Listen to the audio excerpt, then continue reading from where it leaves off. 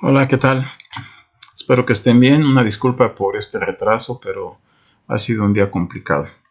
En fin, les envié hace unas horas la presentación que en estos momentos voy a describir.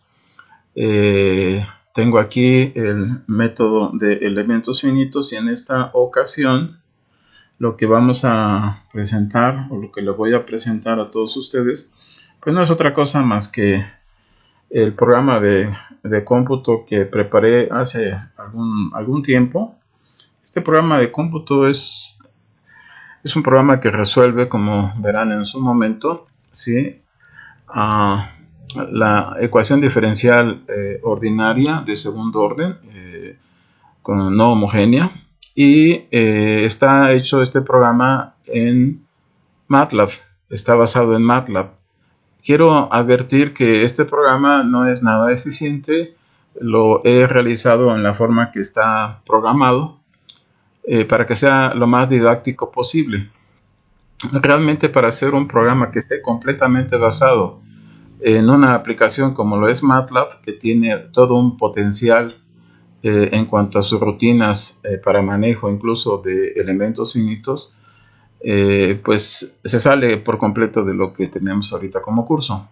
En fin, entonces vamos a empezar este día con las partes principales que tiene el programa de cómputo, que las siglas que tiene justamente se refieren a Lagrange Finite Element Method, One Dimensional, y pues como ya lo hemos mencionado tantas veces, está basado fundamentalmente en tres elementos de Lagrange. El más simple, que es el lineal, el que le sigue, que es el cuadrático, y el último que estamos considerando es el cúbico. Hay una función, o más bien una función que genera o que proporciona las funciones base locales para cada uno de estos elementos. La primera de ellas es B1x, la que sigue es B2x y finalmente la que corresponde al cúbico es B3x. Aquí a continuación podemos ver el listado fundamentalmente de cada uno de las tres funciones que vienen en MATLAB en este programa. En este caso están separadas, por eso es que tengo aquí los listados. Y para el primer caso, aquí tenemos el nombre de la primera, ¿sí? Tenemos B1x y es una función que toma k, que es el grado del el nodo local, perdón, que en este caso sería 1 o 2, y si es el 1, obviamente estamos hablando del nodo de la izquierda, como lo dice aquí, y si es el 2, bueno, pues entonces estaríamos tomando el nodo de la derecha. Bien, si es el nodo 1, pues ya sabemos que la función base local no es otra cosa más que 1 menos xi entre 2, y para el caso opuesto tenemos la función base 1 más xi entre 2, donde x0 está representando justamente a la xi que introdujimos como notación de variable independiente en el caso de la celda o elemento de referencia, es decir, aquel que va de menos 1 a más 1. Entonces, esto es lo que tenemos aquí. Entonces, pasamos inmediatamente a la otra función que nos proporciona las funciones base que corresponden al caso cuadrático. Aquí tengo la segunda función, se llama B2x, como ya lo habíamos mencionado, y bueno, en este caso tenemos tres nodos. El nodo que corresponde a la izquierda, que es el número 1, aquí está, y el nodo central, que no es otra cosa más que el nodo 2, por supuesto, y finalmente el nodo que está a la extrema derecha, que corresponde justamente al nodo 3.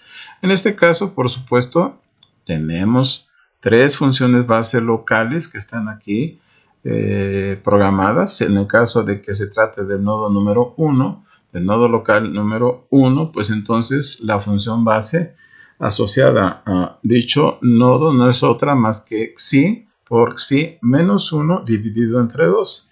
En el caso de que se tratase del nodo local número 2, pues cambiamos ahora a una función base que no es otra más que 1 menos xi al cuadrado.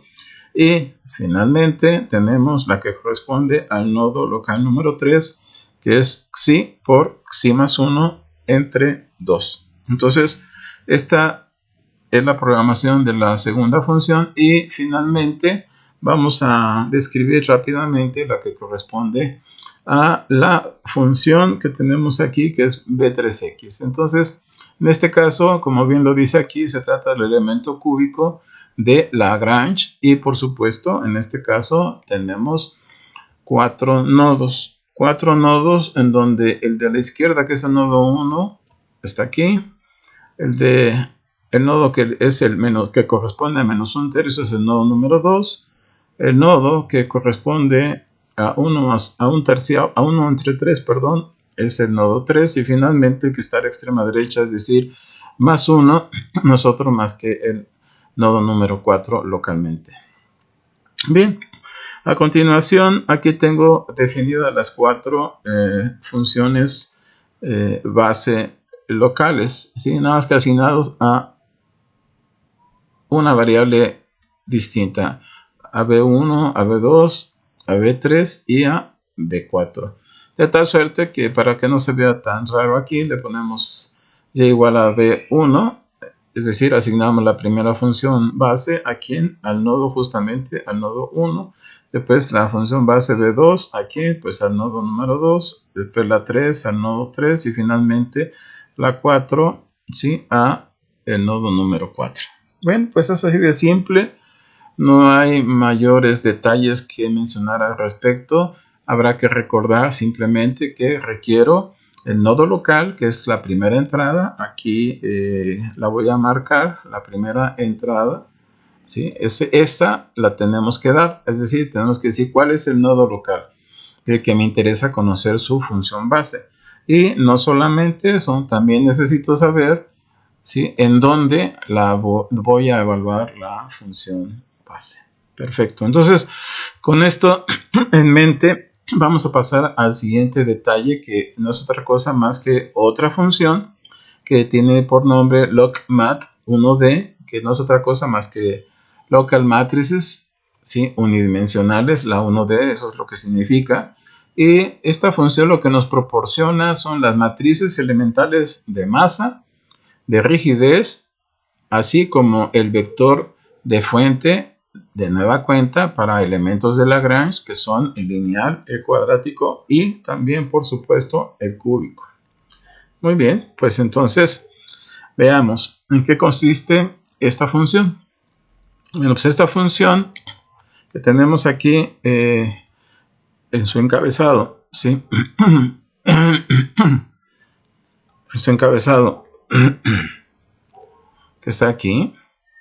Entonces, asocia, ¿sí?, a un determinado NGP, que no es otra cosa más que el grado del polinomio que vamos a emplear. Es decir, si es lineal, entonces el grado es 1. El grado aquí lo podemos ver, ¿sí? Entonces, si el grado es 2, pues entonces hará esto. Y si el grado es 3, pues entonces hará lo correspondiente a este caso. Muy bien. Entonces, para el caso en que NGP valiese 1, ¿qué es lo que nos aporta en primera instancia? Pues lo que nos aporta en primera instancia es la matriz elemental, ¿sí?, que posteriormente de haber evaluado asignado estos valores o entradas, pues se divide entre 3, tal y como lo puse en las notas manuscritas que les envié ya hace varios días. La segunda matriz elemental es esta, dividida entre este valor, que es entre 2. Es la matriz de rigidez, en realidad es la matriz elemental de rigidez, aunque aquí dice matriz local. Y finalmente, bueno, pues lo que tenemos aquí a continuación no es otra más que el término de fuente o vector de fuente. Y con eso termina hasta aquí, ¿sí? Termina hasta aquí el asunto de las matrices elementales para el caso que tengamos el elemento lineal. A continuación viene lo propio para el caso de el elemento cuadrático. Entonces, en este caso, de nueva cuenta, bueno, pues aquí tenemos la matriz de masa, la matriz elemental de masa, y esto también se los proporcioné en el manuscrito que les entregué, y a continuación pues viene la matriz de rigidez elemental, y una vez que se definen estas, pues entonces viene finalmente el vector fuente, perdón. Entonces, por último, pues aquí tenemos el caso del elemento cúbico, y bueno, pues aquí ya es un chorizo un poco más grande. Aquí podemos ver que la matriz es una matriz 4×4, como ya lo habíamos mencionado en la sesión anterior y todavía otra anterior. Esa fue para la de masa y esta es para la de rigidez. Y finalmente tenemos el caso del vector de fuente. Entonces, como pueden ver, tanto las funciones b1x, b2x, b3x y ahora esta función que es logmat1d, pues en realidad formarían parte de una pequeña biblioteca que tuviese nuestro programa, pero está así programado. A continuación tenemos una función más que permite determinar el número del elemento donde se ubica una abscisa x0 dada sobre un conjunto de nx elementos definidos sobre una malla predeterminada y conocida, por supuesto. Me refiero, ¿sí?, a la malla definida por las abscisas x, y, donde iba desde 1 hasta nx. Entonces, aquí es una función muy sencilla en donde lo que hace o lo que tiene esta función es que se le da el valor de la abscisa, aquí es x0, se le da también la malla en donde vamos a andar buscando en qué subintervalo de esa malla, o más bien en nuestro caso, en qué elemento de esa malla se encuentra, ¿sí?, dicha abscisa. Finalmente, nx es el tamaño justamente de ese mallado. Entonces, fundamentalmente lo que hace esta pequeña función es decirnos, ¿sabes qué? Pues me encuentro en tal o cual elemento. Entonces, ¿qué es lo que hace? Va comparando el valor x0 con el correspondiente x sub i, y le estamos quitando un valor que tengo aquí, ¿sí? Porque puede darse el caso de que se perdiera, en el sentido de que en una interfaz o en una abscisa compartida puede haber problemas de redondeos o cosas por el estilo, y puede haber una confusión. Entonces, esta es una manera de evitar ese tipo de problemática. Bien, entonces una vez que tenemos también la función, que por cierto no mencioné su nombre, el nombre de esta función pues lo pueden identificar rápidamente. Aquí está, es nel1d, o sea, nel de número de elemento, 1d de una dimensión. Bien, sin más, vamos a pasar ahora a una función un poco más, pues no complicada, pero un poquito más laboriosa. En este caso se trata de una función que permite realizar la aproximación de la función u sobre un conjunto de abscisas. En este caso no son las mismas que puse antes, sino que son las abscisas xp, con xpn, con n desde 1 hasta nxp, y de nueva cuenta usando elementos de Lagrange, o bien lineales, o bien cuadrático, o bien el cúbico. Veamos de qué se trata esta función. Bueno, pues esta función está aquí completamente definida, ¿sí? Aquí lo que pueden observar es inmediatamente el encabezado que tenemos aquí.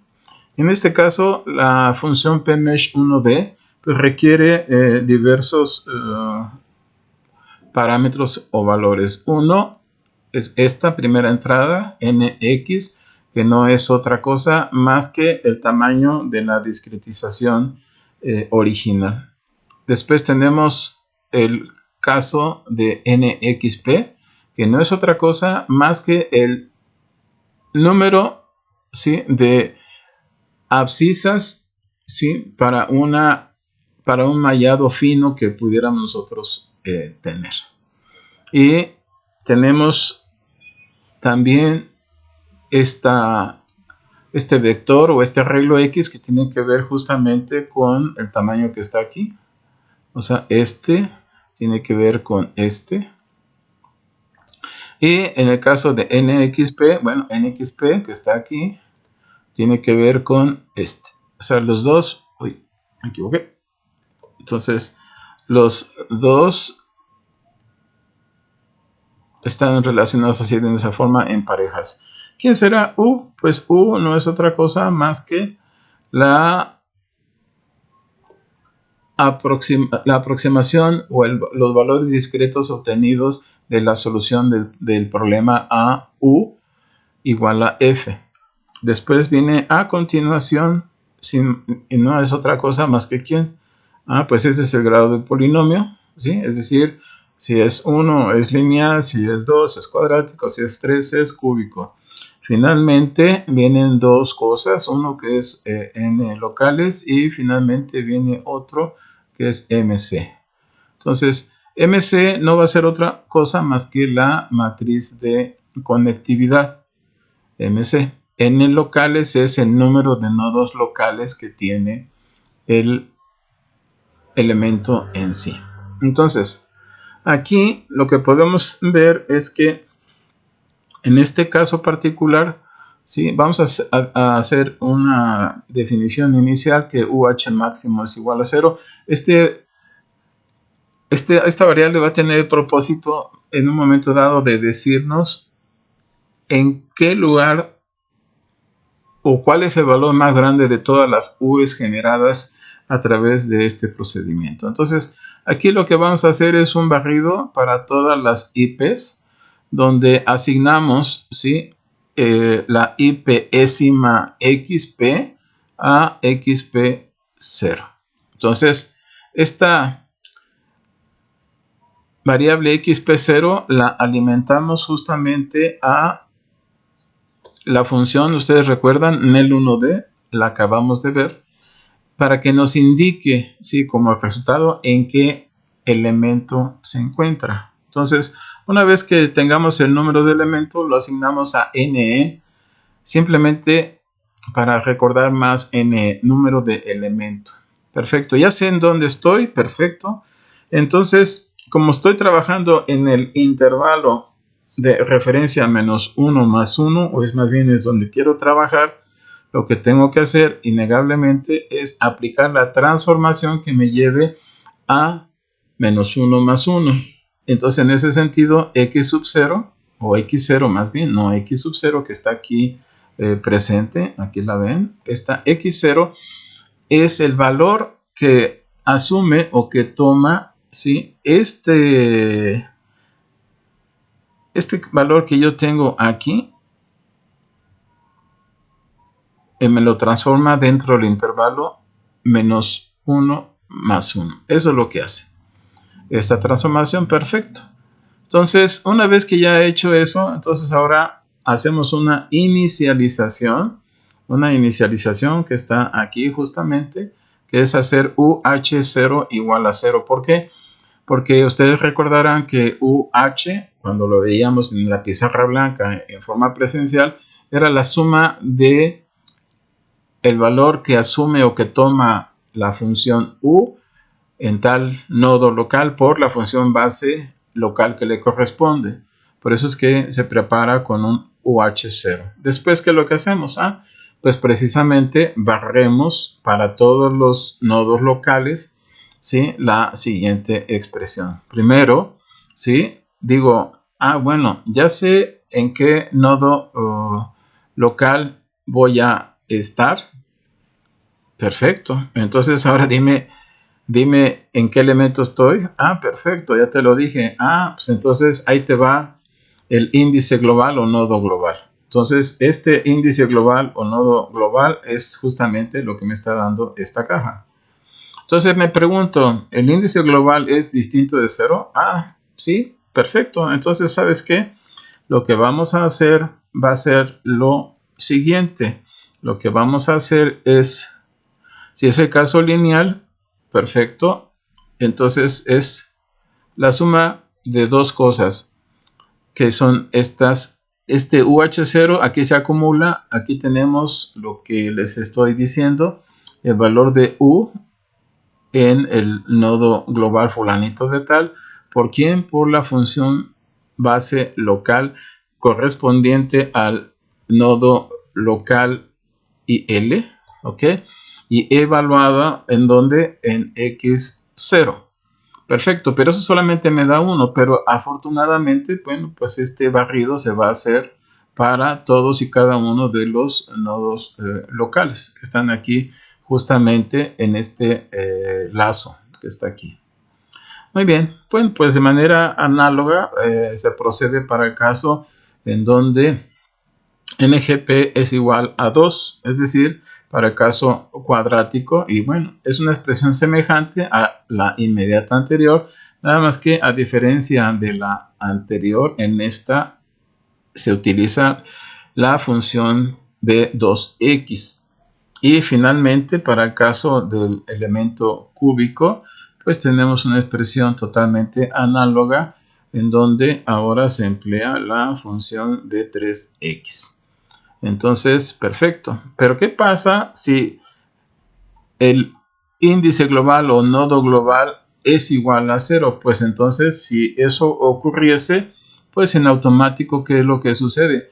Pues ahora sí que brinco la tablita, ¿no? Es decir, yo no hago nada de esto, ¿sí? Simplemente me brinco, ¿ok? Y entonces me continúo con el siguiente nodo local si lo hubiera.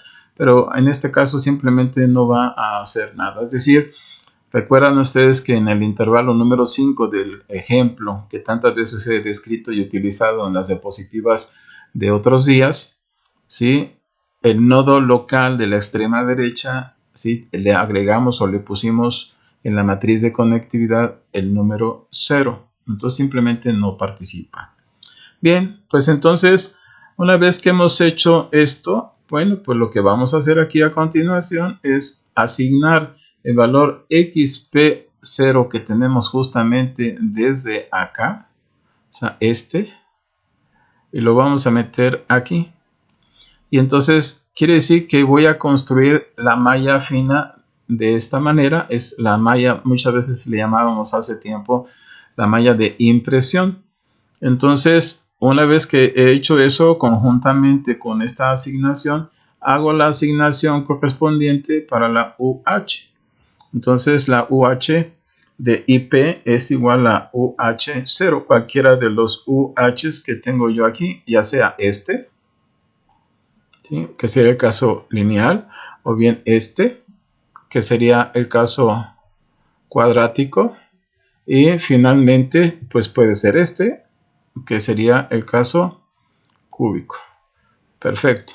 Entonces, por último, aquí está justamente, ¿sí? la lógica, ¿sí? Para poder estimar el valor más grande de todos los UHs que podemos llegar a tener.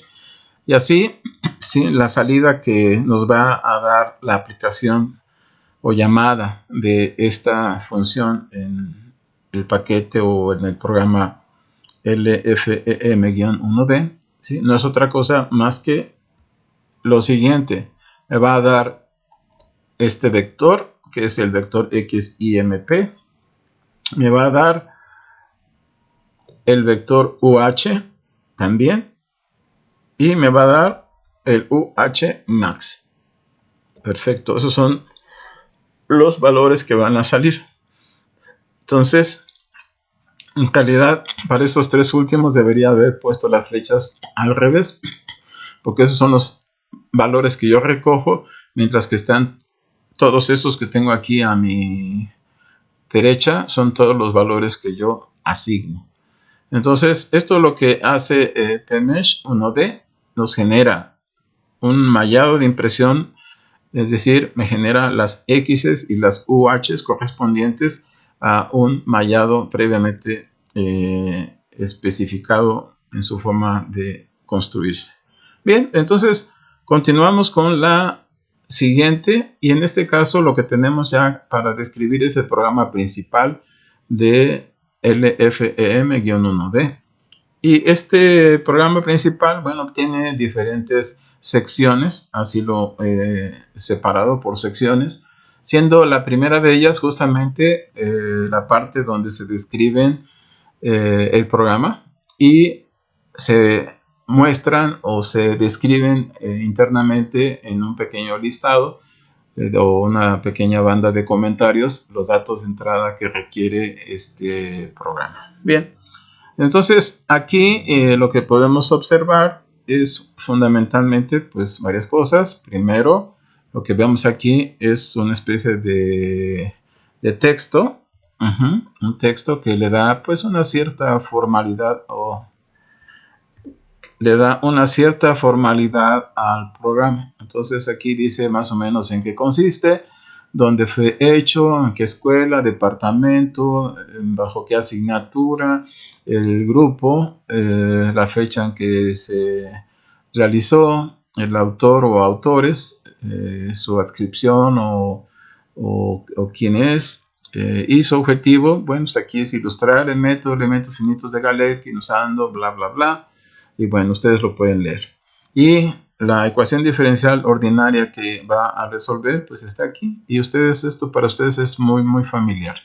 Esta es la ecuación simplemente menos d en dx, de alfa x, de u en dx, y después viene más beta de x por u de x igual a gamma de x. Es decir, puede tener coeficientes que dependen de x, pero en este caso solamente vamos a considerar funciones alfa, beta y gamma que son constantes por tramos.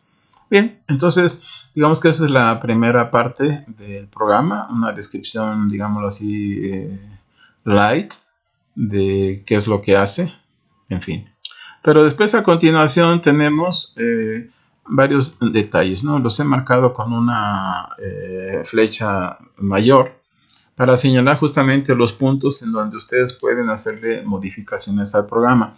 Uno de esos primeros puntos es el número de segmentos en X. Vamos a entender por segmentos, ¿sí?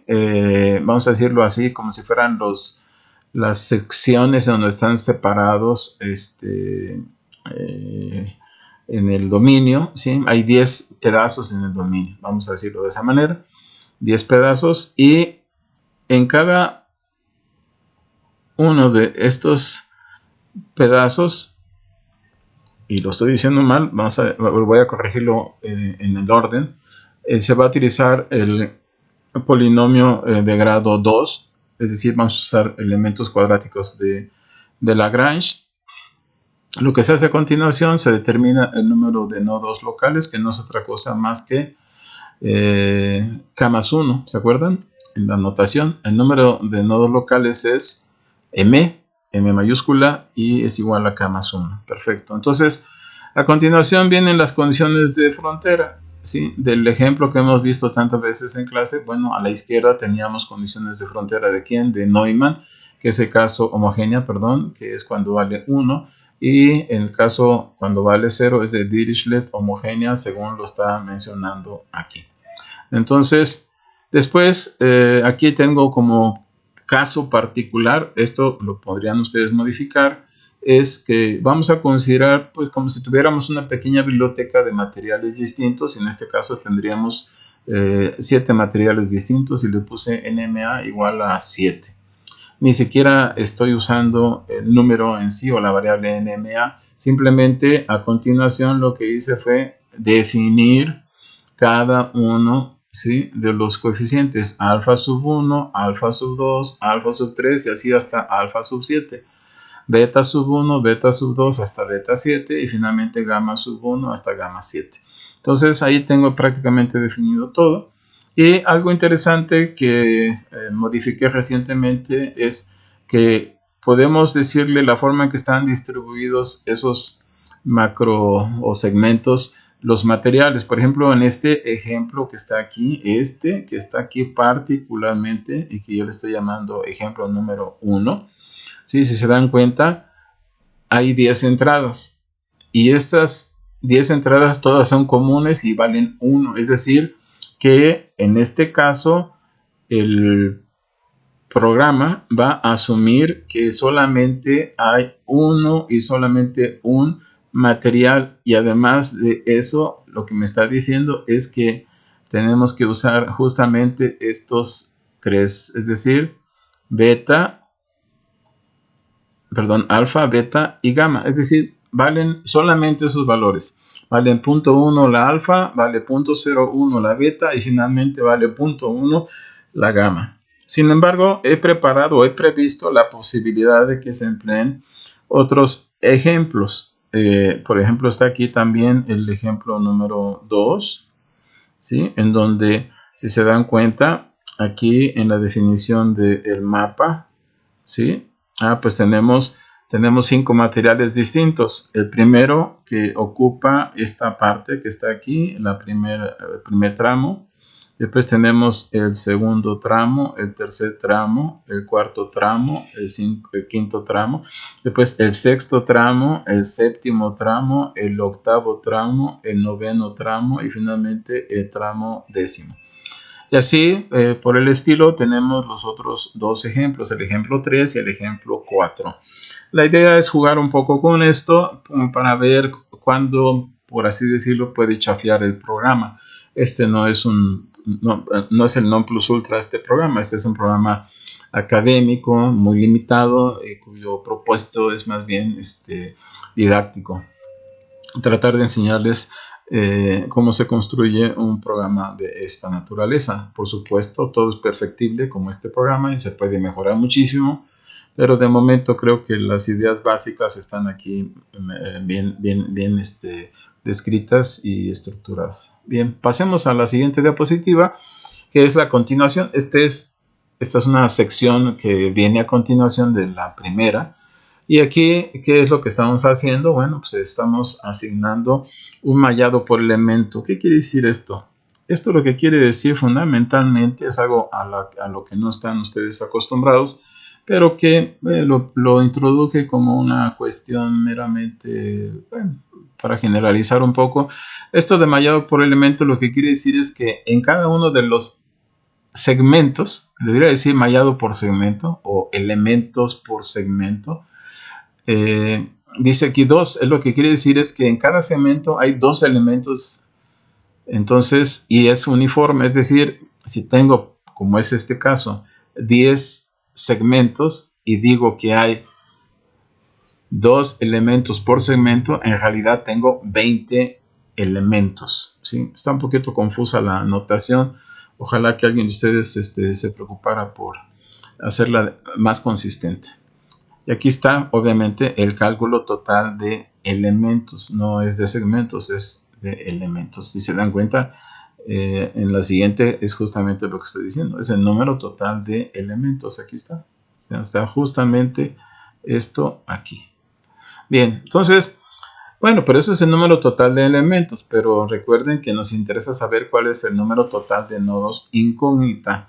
Y bueno, esto está justamente denotado por esta caja, es NNT, y ese me dice el número total de nodos incógnita considerando condiciones de frontera, solamente de Dirichlet o de Neumann homogéneas, y sin importar si es de primer grado, segundo grado, tercer grado, el elemento que se esté utilizando.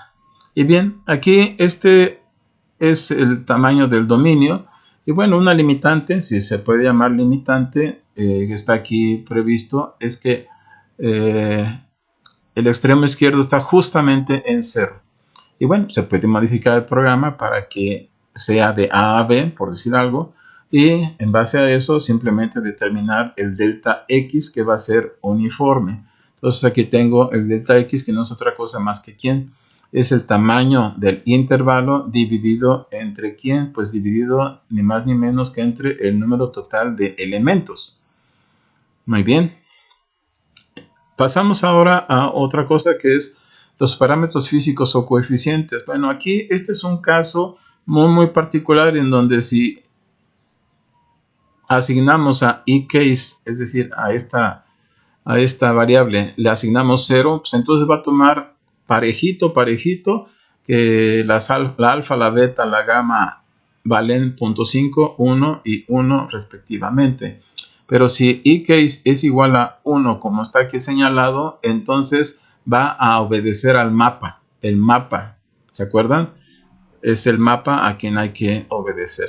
Y finalmente en esta sección tenemos aquí este lazo o este do, este for, en donde se establecen, ¿sí? Las abscisas. Las abscisas.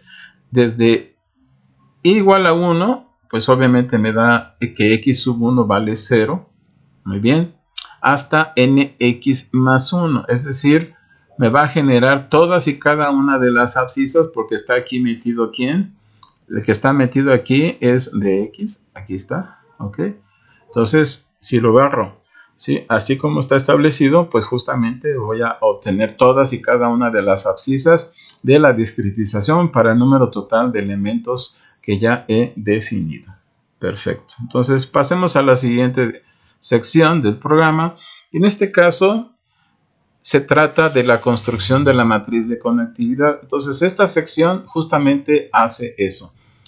Y lo primero que hay que hacer usualmente cuando construimos o hacemos este tipo de programación es, para evitarnos cualquier sobresalto, es anular o hacer igual a 0, o lo que se dice inicializar, en este caso la matriz de conectividad, para la cual estoy usando la notación MC. Ustedes recordarán de la sesión inmediata anterior que allí decíamos que la matriz de conectividad, ¿sí?, es una matriz del número de elementos por quién, por el número de nodos locales. Entonces ahí está totalmente asignado. Y ahora, una vez que ya está inicializada, pues entonces viene un procedimiento en donde se hace un barrido sobre cada uno de los elementos del mallado.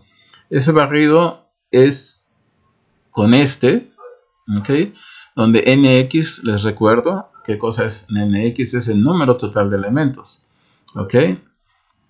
Bien, entonces aquí lo que vamos a hacer fundamentalmente es distinguir si me encuentro en 1 o en, si estamos en el extremo izquierdo o si estamos en el extremo, en el extremo derecho, pensando en elemento. Es decir, si estamos, voy a repetir, en el elemento número 1 o si estamos en el elemento número nx. Perfecto. Y estamos en el elemento número 1, pues lógicamente no me interesa saber qué hay en el lado derecho como condición de frontera, sino precisamente lo que hay que preguntar es, ¿tu condición de frontera es de Dirichlet homogénea? Pues si es de Dirichlet homogénea, entonces localmente quiere decir que yo no voy a empezar desde Imin igual a 1, ¿sí? Yo voy a empezar desde un Imin o un índice local es 2. Y en contraparte, ¿sí?, si estamos en el extremo derecho y la condición de frontera a la derecha es justamente la de Dirichlet homogénea, pues entonces en lugar de irme hasta el nodo local último, es decir, hasta M mayúscula de la notación, pues entonces me voy hasta uno antes, que es justamente este. Entonces, esta es la manera, y entonces aquí lo que se asigna es justamente el índice global, que no es otra cosa más que este que estoy aquí apuntando, que se asigna justamente a quién, pues se asigna, justamente a quién, a la matriz de conectividad MC. ¿Para quién? Pues para el número del evento NE. ¿Y para quién?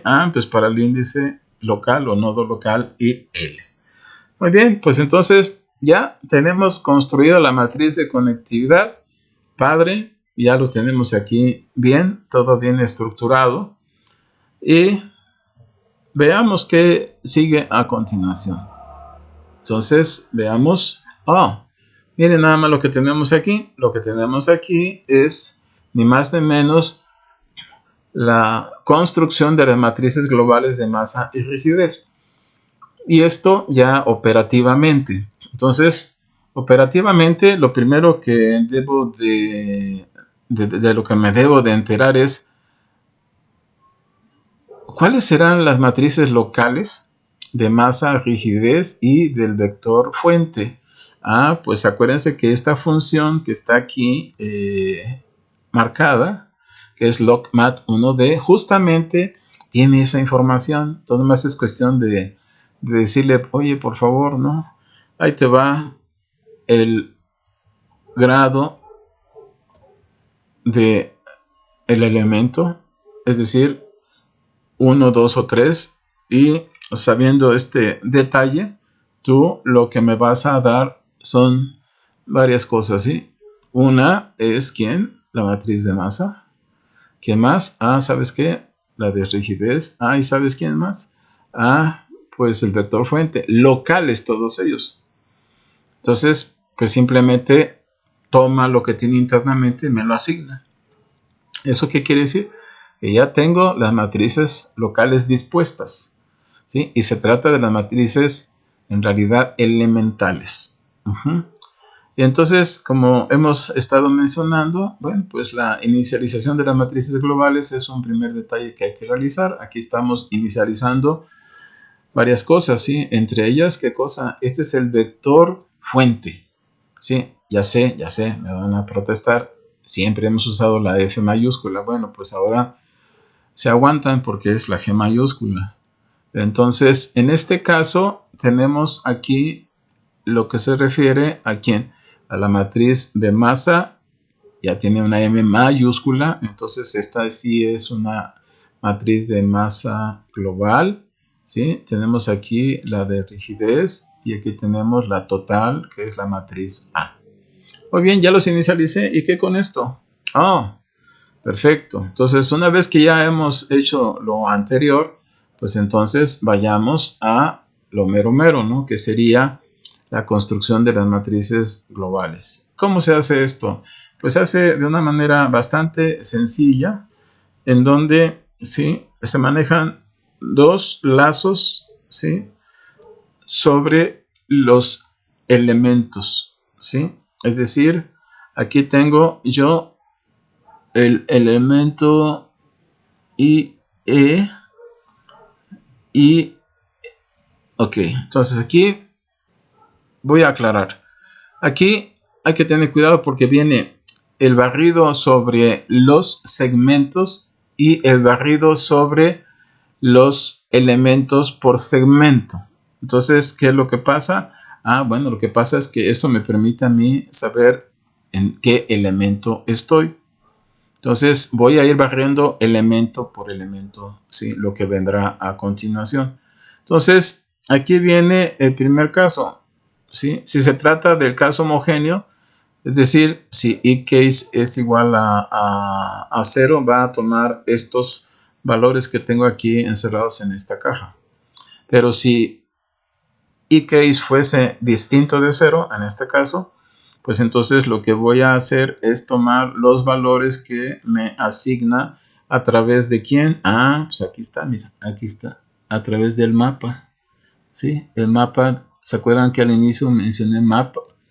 Entonces este map, ¿sí? Hay un ejemplo que está sin comentario, ese es el que se usa, y están dispuestos otros 3 ejemplos más. Sería cuestión de jugar con ellos. Y bueno, después, ¿qué es lo que hago? Ya que esté en un elemento, en este caso el elemento NE, entonces lo que voy a hacer es, voy a hacer un recorrido, ojo, voy a hacer un recorrido sobre los nodos locales en del 1 al número total, y aquí es igual otro recorrido con IL igual a 1 hasta el número total de nodos locales. Y aquí, ¿qué es lo que tengo? Lo que tengo justamente es la asignación de la J global correspondiente a quién? Pues correspondiente justamente a esta J local. Y viene la pregunta, JG es decir, la global es distinta de 0. Ah, sí, perfecto. Entonces, aquí estamos construyendo, si se dan cuenta, estos son los pedacitos que mencionábamos. En este caso es gamma E, lo que antes yo llamaba F sub 0 E, multiplicado por ¿quién? Por el delta X que está aquí, el delta X está aquí. ¿Y dividido entre quién? Ah, pues dividido entre 2. Eso lo recuerdan fundamentalmente.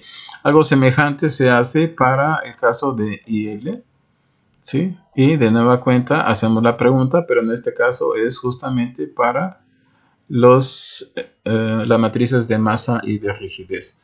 La de masa tiene un factor de escala que está justamente aquí, es este, con la consabida división entre 2.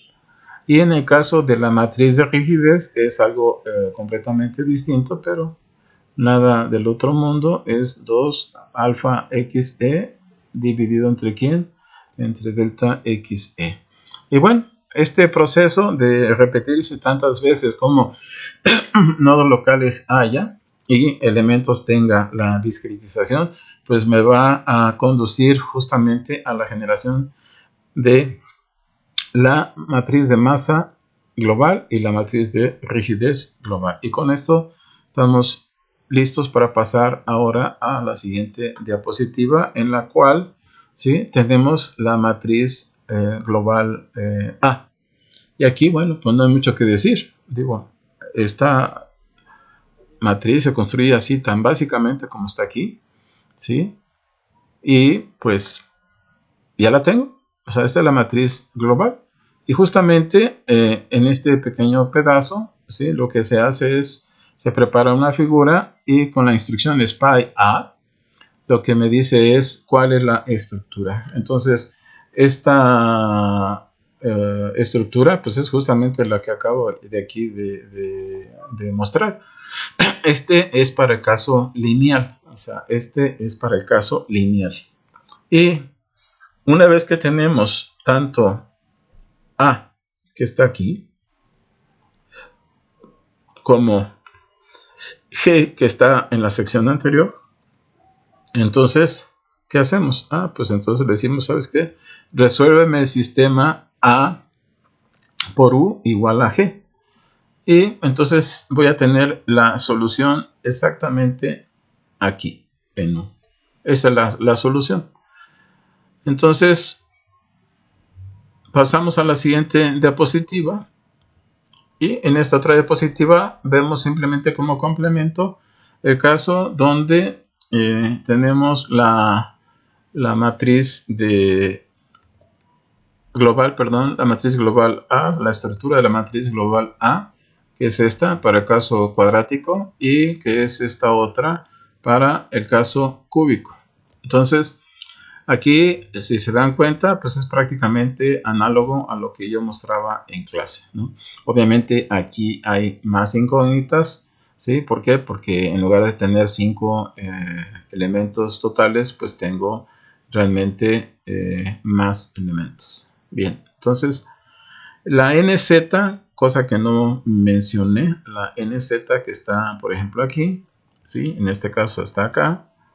No es otra cosa más que el número total de elementos, o más bien entradas diferentes de 0 en la matriz. En este caso es 76. En este caso que tenemos acá es 144. Entonces eso es el significado que tiene esa variable NZ. Bien, pasemos a la siguiente diapositiva. En este caso lo que tenemos es algo que se llama como postprocesamiento.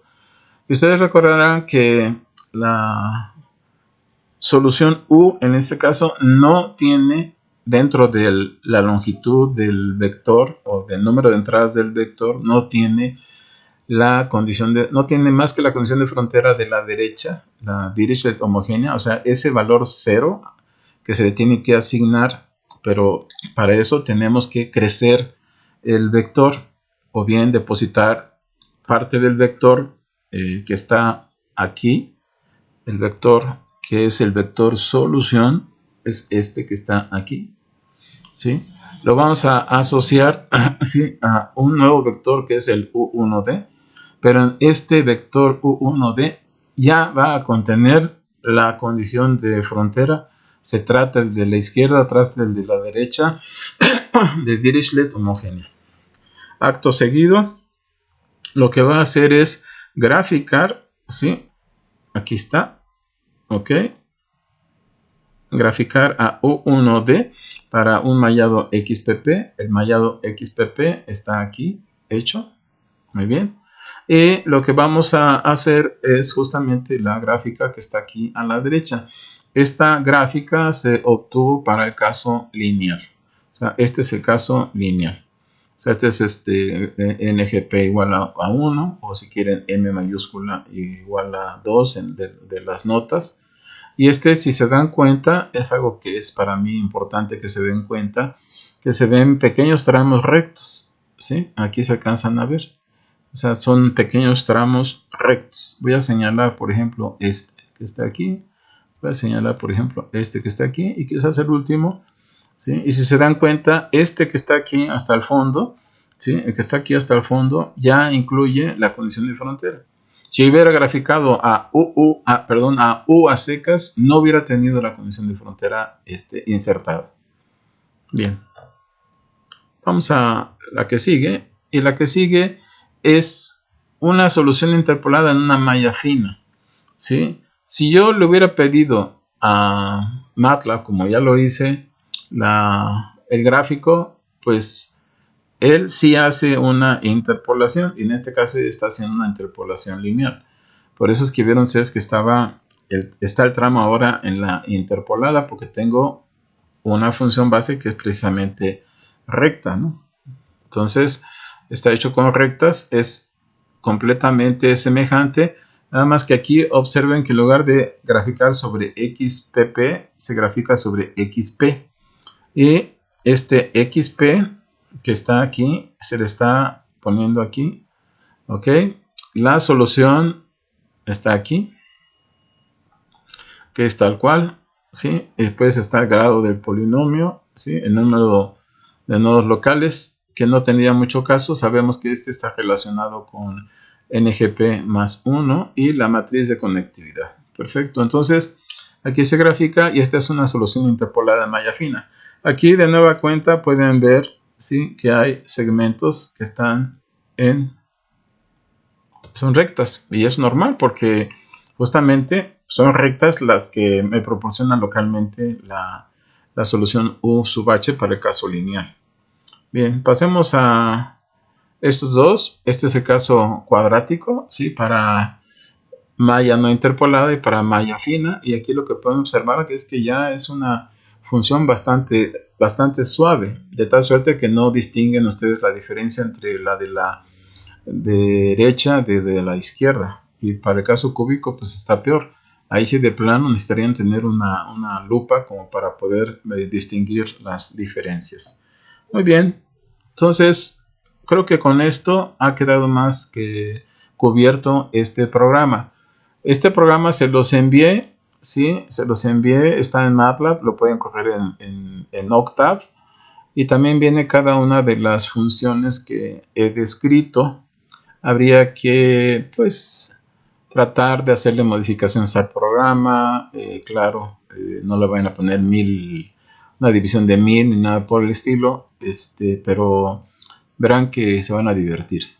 Espero que haya quedado claro. De todas maneras, trataré de programar una sesión de preguntas y respuestas que uniremos a la sesión de preguntas y respuestas de lunes, porque ya hoy es tarde y mañana tengo un curso que tengo que tomar yo en línea, y además de que tengo una reunión. Así que deseo que tengan un excelente fin de semana. Por favor, reúnan sus preguntas, vean qué cosas del programa no entendieron.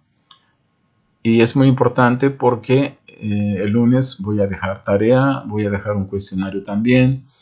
Y la idea es, pues, comprender a profundidad todos los detalles habidos y por haber que tienen que ver con la programación en 1D.